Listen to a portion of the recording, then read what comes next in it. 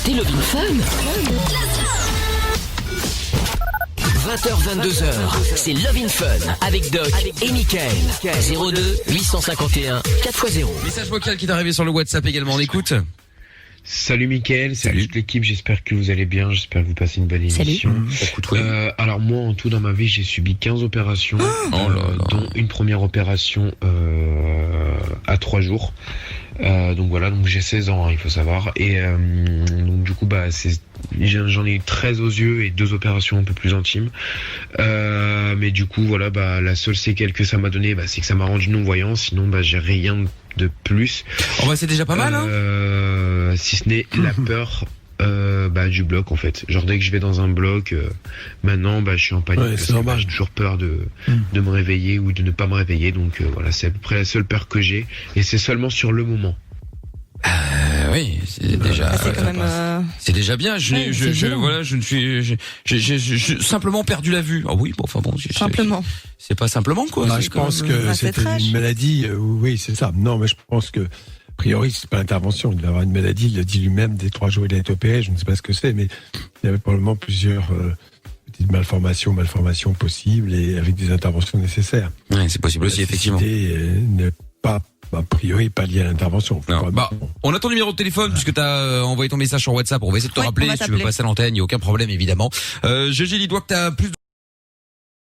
Aurélien est avec nous. Lui, il a déjà eu une opération aux yeux. Ah, mais c'est Aurélien qui avait envoyé le message sur WhatsApp, c'est ça, Aurélien? Sur WhatsApp. Écoute, exactement. Bonsoir Mickaël, bonsoir l'équipe. Comment allez-vous? Bienvenue. Merci. Salut. Ça va bien. Alexis qui dit c'est un truc de ouf de perdre la vue à 16 ans. Force à lui. Justement, il est là. Alors, qu'est-ce qui s'est passé, Aurélien, du coup, alors? Alors, en fait, ce qui s'est passé, moi, je n'ai pas perdu la vue à 16 ans. Je suis né, je voyais déjà pas. Mais en fait, à 3 jours, donc à l'âge de mes 3 jours, j'ai subi une première opération aux yeux. Donc je sais pas trop. Moi personnellement, j'ai jamais trop compris pourquoi. Moi, je dis que j'avais été opéré, j'ai jamais trop cherché à comprendre. Une cataracte, hein. T'as dit quoi? Cataracte. Une cataracte, un glaucome, je sais pas, non? Ouais, c'est ça. Le glaucome congénital. Et j'ai été opéré de ça déjà à 3 jours et j'ai été opéré 13 fois, 13 fois des yeux en 13 fois en 15 ans. Ah oui. Donc cette année, je n'ai pas encore subi d'opération, Dieu merci. Donc j'espère que je ne subirai pas parce que après c'est vrai que j'ai pas forcément de séquelles. C'est-à-dire que moi je me fais opérer, j'en ai tellement l'habitude que finalement pour moi une opération maintenant c'est devenu banal, genre c'est devenu un truc limite dans la vie de tous les jours. Donc la preuve, puisque je fais des activités comme tout le monde, une vie comme tout le monde me connaît normalement dans l'émission de Mickaël. Je pense qu'il y en a quelques-uns, je pense que ça va choquer que je dis que je suis non-voyant, mais la plupart me connaissent ici. Et voilà, non mais je veux dire, je m'en sors et voilà. Ah mais c'est très bien de t'en sortir, mais bien sûr. Après maintenant c'est compliqué parce que maintenant quand je rentre dans un bloc opératoire, je me crispe, je suis vraiment tout. La dernière opération que j'ai subie, c'était à un endroit assez intime, c'était en janvier. Et donc du coup, ce qui s'est passé, c'est que quand je suis rentré au bloc opératoire, j'étais tout bleu, j'avais le visage tout crispé. Enfin, j'étais vraiment pas bien, quoi. J'étais dans un bad mood, mais au bout de 2 jours, c'était bon, quoi, ça allait mieux. D'accord. Bon écoute, tant mieux Aurélien, je serais tenté de te dire. C'est vraiment effectivement, il y en a vraiment qui ont pas de chance. Mais c'est là que tu relativises, quand t'as vraiment, tu sais quand tu dis j'ai pas de chance, ça fait chier, j'ai pas ci, j'ai pas ça, fait chier. Ouais. Tu te dis quand même que finalement, quand tu compares avec des gens qui n'ont vraiment pas de bol, finalement t'es quand même plutôt bien, quoi. Moi en fait, surtout les enfants qui passent leur vie à l'hosto. Si tu veux, Mickaël, au début du ciné, ils ont essayé de me rendre la vue. Donc les médecins en fait ont essayé pendant 6 mois, pendant 1 an, et c'est pour ça qu'en 1 an j'avais déjà subi 5 opérations. Donc autant vous dire que pour le coup c'était assez rapido. Et en fait ils ont essayé de me rendre la vue, puis il y a 1 an ils se sont rendus à l'évidence que malheureusement ce serait pas possible de me faire voir un jour, et que éventuellement peut-être plus tard, dans plusieurs années, dans une vingtaine ou une trentaine d'années, quand ils auront inventé la greffe d'œil ou alors les caméras dans le cerveau, là je sais pas si vous avez entendu parler de ça, mais en Amérique ils essaient de faire des tests. Ça coûte quand même 8 millions d'euros, donc je vais pas les sortir aujourd'hui. Mais voilà ce que je veux dire par là. C'est pas toi qui payeras, Non, attends. Si, je dis pour tous ceux qui écoutent, des interventions extrêmement chères qui sont rares ne seraient certainement pas à payer. Non, ceux qui peuvent se le payer, non, ce serait horrible. Non, mais tu m'étonnes. Horrible. Bon, Aurélien, reste avec nous 2 minutes. Ça arrive, les opérations chères quand même à payer, non? Ça peut arriver. On va en parler dans un instant. On se met vite la pub, justement, en parlant de payer. Et on en reparle juste après avec Aurélien, avec GG qui est toujours là d'ailleurs aussi. Vous bougez pas de là, on se met la pub et après on est tranquille. Plus de soirée sur Fun Radio, c'est le Fun. T'as un problème? T'as pas de solution? Pas de panique. Fun Radio est là pour t'aider. Love in Fun, 20h, 22h. Sur Fun Radio. Oui, avec dans un instant Dababy, J Balvin également. Il y aura un petit peu plus tard aussi Ayane Nakamura pour faire plaisir à Mina, hein, et puis à d'autres aussi. Hein, Julie Nana. Il n'y a pas que Mina qui aime bien Ayane Nakamura, je pense. Oh non. Je pense que Nick Tam Air également est un grand fan sur Twitter, donc je lui mets pour lui. Qu'est-ce qu'il y a aussi Nick Tam Air qui dit la cagnotte Litchi pour trouver 8 millions d'euros pour le douager, c'est une bonne idée, bah pourquoi pas. On attend toujours la photo de Lorenza Anchouin, c'est Actros qui avait envoyé le message. Oui, bon bah ça arrive, on fera ça tout à l'heure. N'importe quoi, non, c'est son mec qui a dit qu'elle était habillée comme ça, parce qu'à mon avis, je vais être jaloux. Oui. Voilà. Oui, bah d'accord. Mais déjà, c'est un peu border, mais bon, ça les regarde, mais c'est pas pour autant que tout le monde a le droit de le dire. Je pense qu'ils disent plein de trucs qui sont inacceptables dans la rue devant quelqu'un qu'on ne connaît pas, n'est-ce pas? Ah oui, oui. Voilà. Bon, il y a un message de Nick Tam Air qui dit aussi tu rêves de te faire opérer par le doc, envoie doc au 7 23 45 réservé aux Français. Les Belges contentez-vous de Apple Watch. Pas. Mais je me doute bien. J'imagine on pourrait faire ça. Opération vous pensez devoir vous faire opérer? Envoyez opération par SMS et un professionnel répondra à votre message. Oui, tu dois te faire opérer. Ah, mais certainement. On n'est pas là pour que ça se fait d'ailleurs. C'est vrai qu'on n'est pas là pour que ça se fasse d'ailleurs. Bon, en parlant du jackpot, dans 5 minutes on appelle là, juste après avoir terminé avec Aurélien et avec GG. 5 minutes pour le jackpot, 588 € à gagner. Vous appelez, vous envoyez votre message, et vous décrochez. Vous dites Dalmatien, c'est gagné. C'est le jackpot qui va directement dans votre poche. Et attention, en plus on vous fait le virement aujourd'hui même. Donc demain matin, ça sera crédité sur votre compte, hein, voilà. Donc 588 €. Vous envoyez jackpot au 63 22. Le retour d'Aurélien, donc qui nous avait appelé avec une opération des yeux en disant que il attendait qu'un nouveau système de comment on appelle ça, pour une opération, c'est pour essayer de retrouver la vue. Chose qui n'existe pas encore, mais bon, bref, un nouveau... avancées médicales. Avancées médicales, ouais, peut-être éventuellement, je sais pas. Ouais, peut-être ça. Alors, c'est compliqué parce que... Oui, mais en même temps, quand le cerveau, la zone cérébrale n'a pas été stimulée, je sais pas si c'est aussi simple que ça. Voilà, enfin, ça c'est à voir. C'est-à-dire que l'œil a besoin d'être stimulé dès la naissance, comme beaucoup de sens d'ailleurs, pour pouvoir fonctionner correctement. Après, peut-être qu'il sera possible de voir quelque chose, oui. Et je vais poser une question, Aurélien. Toi, tu n'as jamais vu de ta vie? Non, jamais. Et alors, quand t'as jamais vu de ta vie, je me suis toujours posé la question et voilà. Tu me dis après si ça me regarde pas, mais comment t'imagines les choses? Tu sais, les couleurs et tout, parce qu'on t'en parle des couleurs, mais les autres sens sont... une voiture et tout ça. Le ciel. Ouais, le ciel. Enfin, tu vois, comment t'imagines le monde puisque tu l'as pas vu? Bon, déjà il y a des trucs. Si tu veux, pour t'expliquer un peu plus simplement, pour moi, le rouge, par exemple, ça signale un danger, tu vois. Genre, moi, j'ai une couleur, c'est une situation. Le bleu, ça, par exemple, le ciel, tu vois, quand il fait beau, c'est bleu. Donc, le bleu, c'est joyeux. Le orange, ça fait penser à des fruits, tu vois. Le rouge, le rouge aussi un petit peu avec les cerises et tout ça. Mais en fait, pour moi, les couleurs sont des situations. Et sinon, les choses, comme je les touche, forcément, je sais à quoi ça ressemble. Bien sûr, la Terre, je ne sais pas à quoi elle ressemble. Donc, pour moi, la Terre, dans ma tête, en fait, c'est une sorte de truc, une sorte de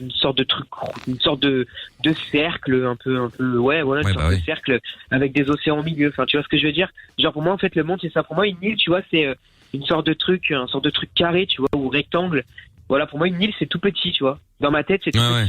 Évidemment. Mais alors, justement, Doc, après, imaginons que, un jour on trouve un système, il puisse, je vais même pas dire retrouver puisqu'il l'a jamais eu, mais trouver la vue. C'est quand même tout un monde qui, alors bon, ce sera positif, mais tout ce qu'il a appris, tout va changer.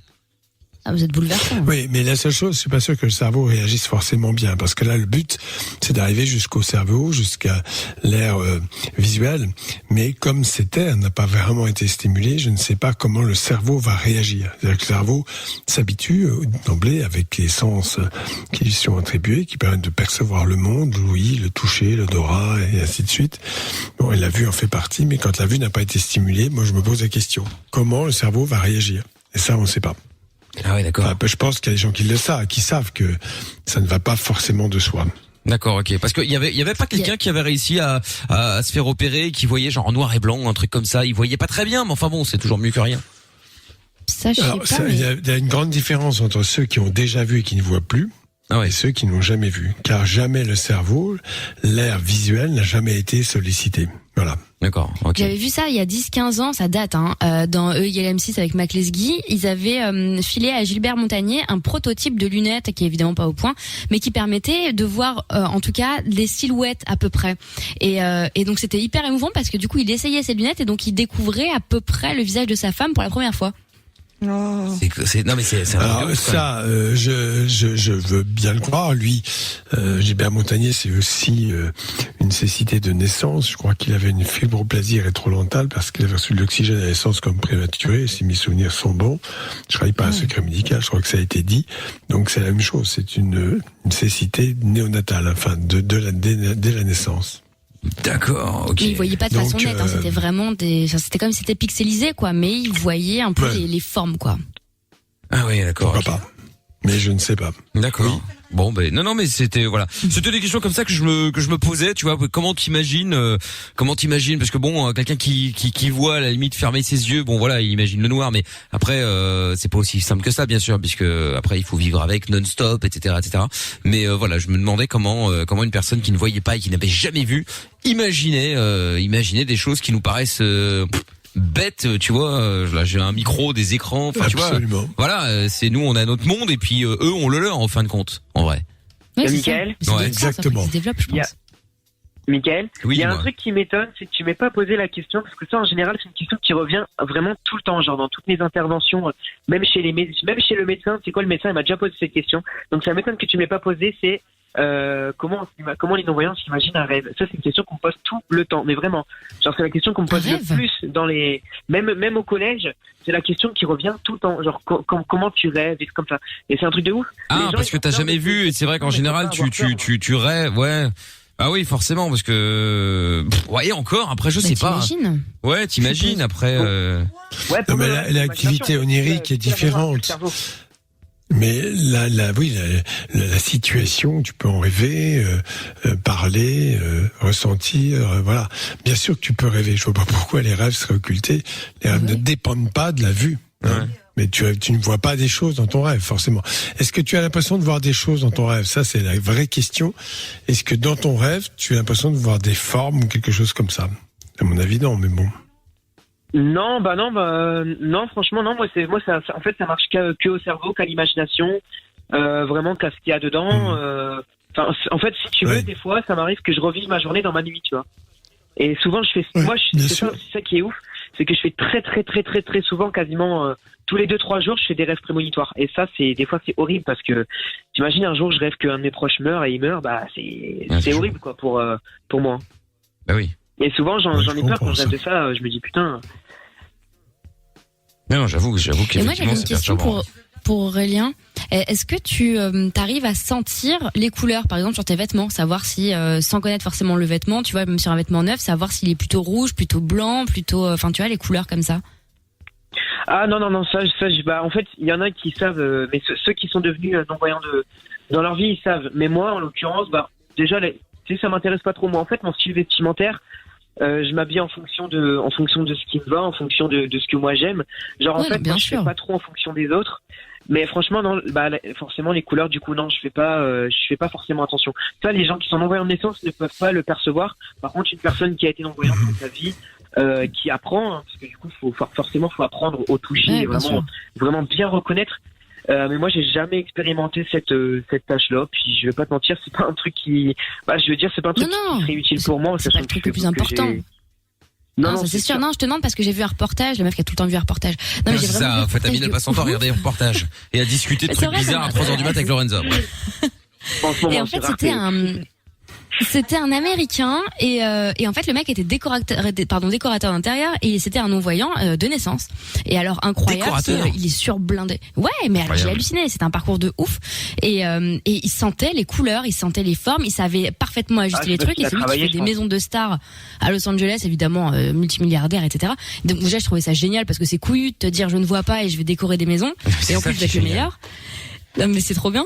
Mais il sentait vraiment, quoi. Il mettait sa main, il disait, ça c'est plutôt sombre, c'est dans les tons chauds. Effectivement, tu voyais un truc un peu bordeaux. Enfin, c'était fou, quoi. Ah ouais, c'est ouf. Ah oui, effectivement, ouais. Ouais. Bon, moi, j'ai pas assez de vue. Peut-être qu'il avait un petit peu, tu vois, qu'il voyait un petit peu les ombres ou la lumière, peut-être un truc comme ça. Mais moi, j'ai pas assez de vue, en fait. Il voyait rien, justement. Il a raison de dire cela parce qu'un malvoyant n'est pas un non-voyant 100%. Oui. Et parfois, les gens ont du mal à comprendre. Mais vous voyez un peu pourquoi vous avez une canne blanche. Parce qu'il y a des normes dans la malvoyance. Et quand on voit très mal, eh bien, effectivement, on est malvoyant. Voilà. Alors, peut-être que t'as raison, là-dessus. Je sais pas. Ouais, peut-être. Mais c'était drôle. Moi, des fois, malgré que je sois non-voyant, mon collègue me dit que je suis malvoyant, mais je suis pas malvoyant, je suis non-voyant. Ouais, t'es non-voyant. C'est ça la différence, en fait. Ça. Oui, d'accord. Absolument. D'accord. Je suis d'accord avec toi. Bon, écoute, en tout cas, merci Aurélien pour de nous avoir appelés. Et puis les autres, si vous avez également quelque chose à dire à ce sujet, n'hésitez pas. 02 851 4x0. Ça marche aussi sur le WhatsApp 0470 02 3000. Et oui, Aurélien, tu voulais dire? Alors dis-moi, je voudrais juste faire deux petits trucs avant. Enfin, je vais poser une question au doc et faire une dédicace avant de partir si ça te dérange pas. Vas-y. Alors je vais d'abord poser ma petite question au doc. En fait, oui. J'avais une petite question à te poser. Pourquoi est-ce que dans ma vie, bon ça c'est une question complètement à part, hein, c'est vraiment hors du contexte. Ah non, alors ça nous intéresse pas. Non, je plaisante. Ah mais c'est Vas-y. C'est pas gentil, hein, c'est pas bien. Non, je plaisante. C'est pas sympa. Je sais. Non mais du coup la question que je vais te poser doc, c'est pourquoi est-ce que je n'arrive pas à serrer dans le rail? Genre j'arrive toujours à serrer sur les réseaux, mais dans le rail apparemment ça marche pas. Le reel dans la vraie vie. Dans le rail. Alors je vais te dire, c'est vrai que ton cas n'est pas isolé. Il y a beaucoup de jeunes garçons et de jeunes filles qui d'ailleurs sont amoureux et n'arrivent pas à se déclarer, n'arrivent pas à faire le premier pas. C'est vrai que tu as raison de le dire. Pour faire le premier pas, il faut vraiment une vraie énergie. Il faut se faire violence, comme on dit. Une bonne violence, une violence où tu vas te mouvoir. Et il se trouve que pendant pas mal de temps, les garçons et les filles, la littérature est remplie de ce genre d'histoire, vivent en secret un état amoureux, parfois très aigu, sans oser jamais le déclarer. Et puis un jour, arrive le moment où tu te sens la force, il faut que j'y aille, et t'y vas. Et ce moment-là, je ne le connais pas, mais je t'assure qu'il va venir. Voilà. Ouais. Et méfie-toi parce que le virtuel, ça paraît facile, mais c'est une belle arnaque. Ouais. Parce que la réalité, elles sont amoureuses. Bon, tu peux effectivement, les mecs se masturbent devant des images, ça pourquoi pas. Mais en revanche, non, mais je dis ça, ou sont amoureux, peu importe.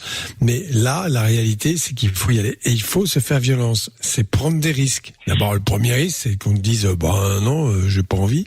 Bon, ça peut arriver, ou des choses comme ça. Donc l'échec n'est pas forcément dramatique.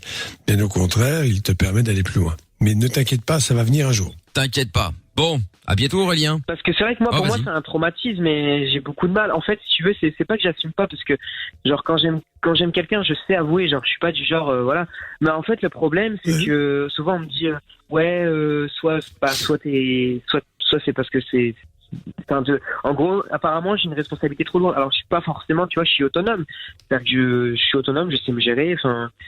Je veux dire, j'ai pas de problème avec tout ça et apparemment, les filles, ça les bloque de ouf. Et puis, faut savoir que je suis pas. Mais attends, tu as quel âge J'ai 16 ans. J'ai 16 ans. Alors, tu vois, j'ai été parlé comme cela parce que tu as 16 ans.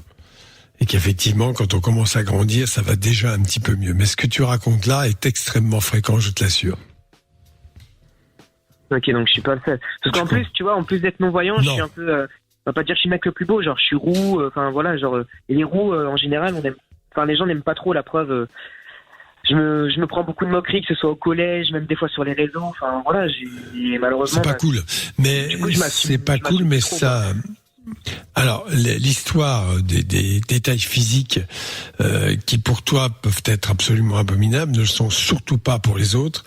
Et si les filles te disent non ou ne s'intéressent pas à toi, ça n'a rien à voir avec ces détails physiques. Ne t'inquiète surtout pas, ne pense pas un instant. Mais quand tu rencontres une fille, je vais te donner un conseil, ne pense pas un instant que tu vas sortir avec elle. Parle-lui normalement. Apprends à la connaître. Elle ne va pas te lancer. Je suis pas genre, je cherche pas, tu vois. Je suis pas le genre sois de gars, patient. Je suis pas le genre de mec, je suis pas un chercheur, tu vois. Je suis pas un mec en rien. Et je veux dire, le jour où ça viendra, ça viendra. Je crois que ce que Doc veut dire, c'est d'abord de créer une relation avant d'essayer quelque chose. Voilà.